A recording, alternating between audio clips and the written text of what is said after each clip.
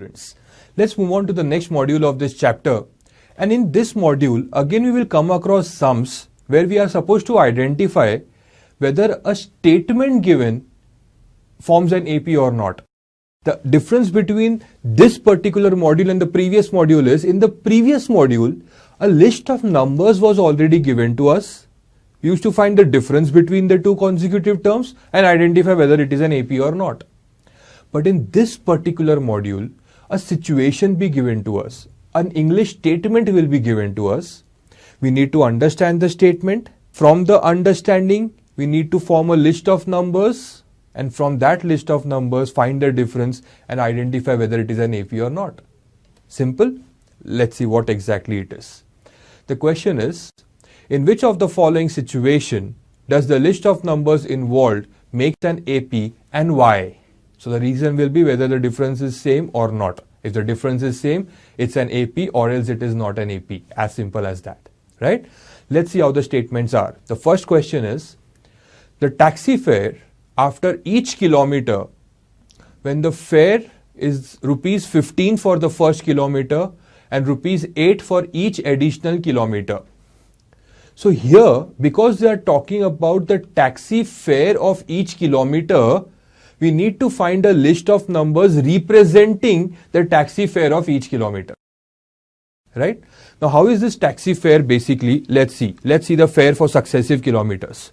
So this is a taxi. For the first kilometer, the rate is 15 rupees. So for the first kilometer or the first term of the AP is 15. Now what is happening? The first term is 15. For each additional kilometer, the rate increases by rupees 8, right?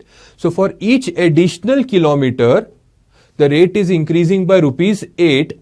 So what will be the fare for the second kilometer? It will be 15 plus 8, which is 23. Moving ahead, what would be the next fare?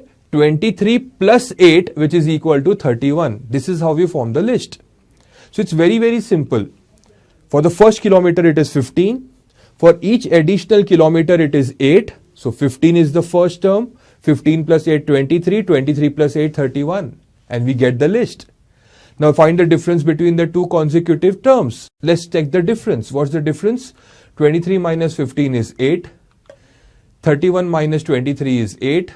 8, 8, the difference is same. You write the reason. Since the difference between the two consecutive terms is the same, the given sequence or the given list of numbers or the given situation is definitely an AP. Is this thing very, very clear? Let's go through the second sum now. The sum is very important. Try to understand this statement. The amount of air pressure present in a cylinder when a vacuum pump removes 1/4 of the air remaining in the cylinder at the time. Now what this means is, please understand, the question is about the amount of air pressure remaining after the air is removed. So we'll form a list of numbers representing the amount of air pressure remaining in the cylinder after the air is removed. Let's understand what am I talking about. There is a cylinder, okay? Say for example, the initial pressure is represented by, say, V. Okay, let the initial amount of air pressure be V. That's the initial amount of air pressure. So that becomes the first term. The initial amount of air pressure becomes the first term. That's V. Now what is happening in a very, very simple term? A vacuum pump is removing 1/4 of the air from the cylinder.